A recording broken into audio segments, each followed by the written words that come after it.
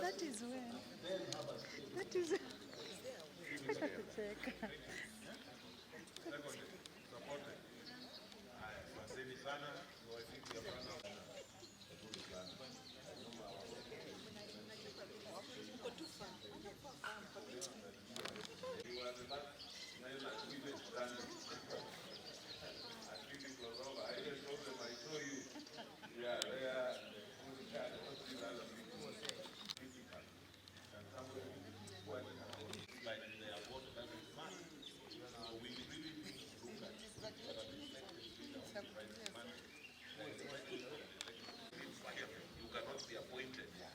To certain public jobs.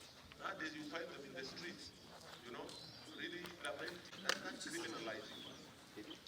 By punching somebody just because you don't want somebody else to perform. Give you a lot of time. I think enough of the time you have to get. I've now had this whole At the expense.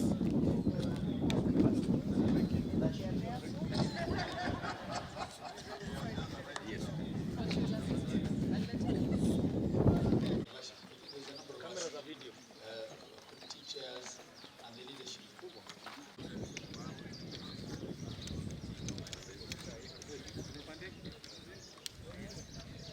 Mama.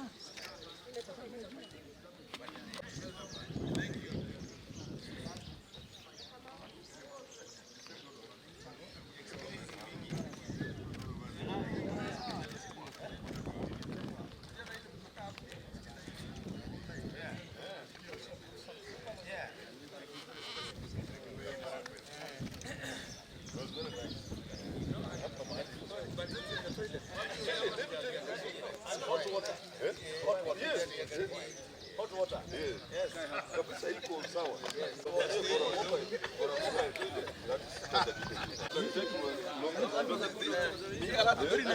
It is true, those are small things that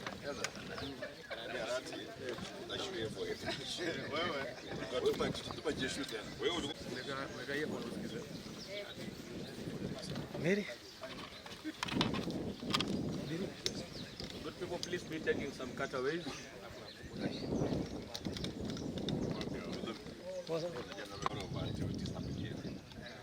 Including family. neighbors which was the neighbors who met.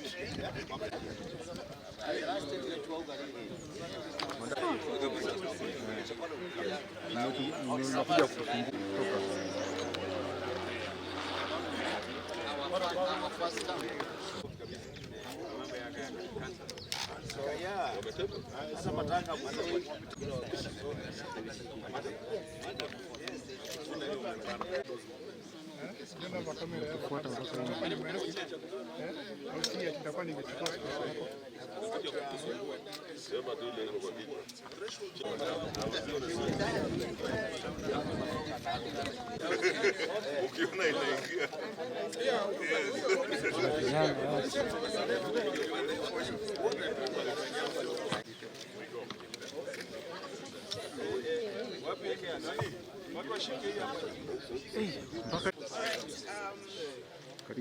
Thank you, members of the press. This is we are requesting Parliament to expedite the law. There's already several drafts, I think there are 2 or 3, that are already in the process for defining the criteria for the removal of governor from office, so that we save the country and the nation and counties a lot of wasted time and resources on matters that actually do not meet the threshold. So we are appealing to the Senate and to the National Assembly to finalize with those bills so that it is very clear on the procedure and that which constitutes violations that warrant for removal from office for a governor. You'll remember in the first case of impeachment, Governor Kawira was impeached even before she set the structures of her government. So what is it that a governor would have committed before she has actually even formed a cabinet for her to be impeached? You know, we shouldn't be impeaching each other because we don't like each other or because we had a rough battle in the elections. And this is why it's important to set an objective criteria, which then establishes a predictable sort of threshold as to what constitutes, an impeachable offense. We appreciate that there are global challenges, and that those also are having an effect on us as a country. Our shilling isn't doing well, and of course that has pervasive effect on a lot of things. The price of fuel, and all these things also affect us as counties, because we also,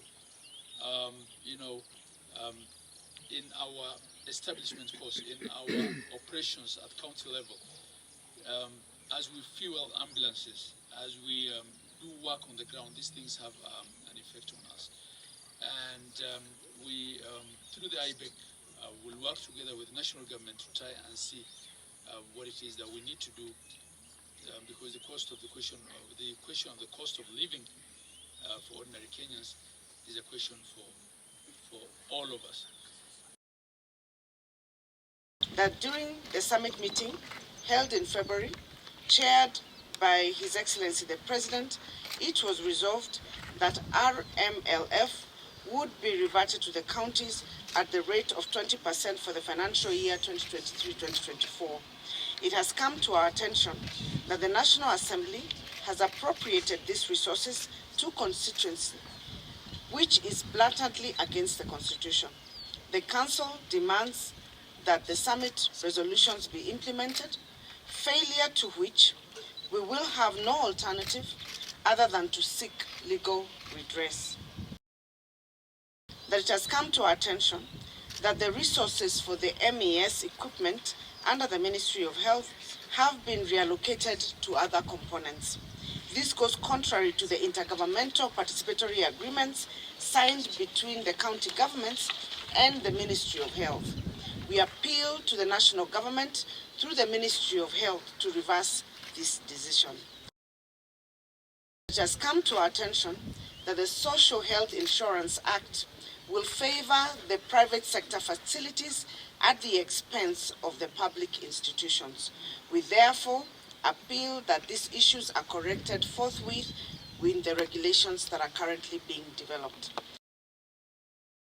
That the allocation of the 250 million grant by the national government to the remaining 29 counties to be provided through the supplementary budget of financial year 2023-2024 for the implementation of the county aggregation and industrial parks, the KIPES. Because when a legislation inserts clauses that makes it difficult to access money that's already budgeted and appropriated by our county assemblies, by requiring additional agreements with National Treasury on a one-to-one level, by requiring, again, going back to the assembly on every individual conditional grant, it also affects our economy, because this is money that should be available in our counties to do work to improve the economy. That the Council received a report by IGRTC on the unbundling of the devolved functions that are still outstanding at the national level. It was brought to our attention that approximately for every 1 shilling allocated to the county governments, 70 cents is retained by various MDAs on devolved functions. We have agreed on speedy finalization of the unbundling, costing, and transfer of all the devolved functions, and this issue will be one of the subject matters in the upcoming summit next month. That the Council requests for the reconvening of the El Nino Response and Mitigation Committee to supplement the financing of the interventions being undertaken by the counties in response to the ravaging El Nino rains. The Council of Governors appeals to the national government to rescind the decision on coordination and management of development partners framework, even for devolved functions.